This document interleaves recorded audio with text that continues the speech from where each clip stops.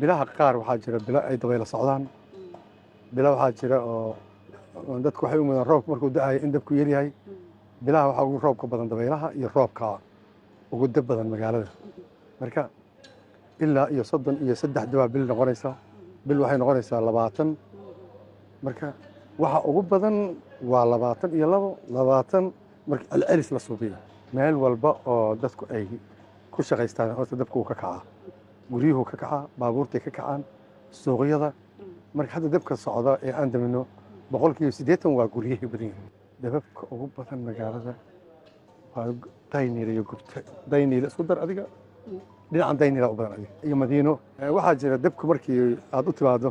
dab dabayl ku socoto la afuufaayo iyo dab dabaysh ku xiran tahay isku soo dhaqaaqi maayaan marka magaalada dadku waxyaabaha ay ku dhaqmaan oo dababku u badan yihiin aan aad culays ku badan u ka taagan yahay waa guryaha jiingadaha ah guryaha jiingadahana dulqaadkooda dabku aad u yar yahay marka haddii dabaylu socoto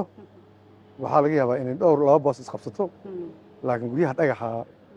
waxaa laga yaabaa gurigaas inuu dabka ka badan ama qayb aan ka badbaadin marka dabayshu waxay kaalmaysaa dabka waxayna sakinaysaa inay guri kale ku talaashay suubinaysaa laakiin marxilada huurka aan dabaylu socon gurigii ku istaagaysaa dabka horta caqabada ugu daran meesha ay ku taagan tahay waa halkaas waxaa jira dadkii dabdamisadii way xariisan yihiin iyagaa loogu talagalay shaqaala u diyaarsan markaad gurmad qaado biyihii iyo shaqaalihii aad qaado qaar waxay ku leeyihiin maxaa u soo dahday sidii inaad iyagu jid ay kuu sallaxeen aad ku soo baxaysid inaad la joogtay oo aad ka dahday iyagoo mogtahay aad la goyday marka dadka qaarna way fahansan yihiin marxaladda lagu jiro iyo jidadka qaarna waxaa ka badinaya xamaasadda iyo kulaylka qabtay oo dabka ku qabto markaas dhibaato la yimaadaan xataa in la turiyaa miraayadana laga jabiyey baabuurta korkayga fiir shabaqaa ku dhegan baabuurkan waxaas dhagax ka gaashaamanayna waa dad waxaa waaye aad u gurmatay oo aad biyihii shaqaalo u waddo oo iyuu ku tureynaya macnaha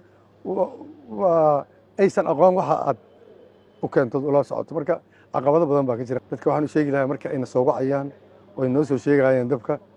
dadku waxay raadiyaan markay telefoonka dirayaan meel oo firaaqa leh oo aan shanqar lahayn inay telefoon ku diraan annaga taas waa nagu caqabad annaga tan noo saxdahay waa in meesha qaylada iyo dab ku socdo telefoonka lala tago si aan u ogaano in meesha waxa ka dhacaya ay dab yihiin oo saxa sababtoo beentaa nagu badatay dad waxaa jira been noo waca 12 maantana kugu dheelaya muhiimadda aqoonsigu waa in dabka dhexdiisa aad naga soo wacdaan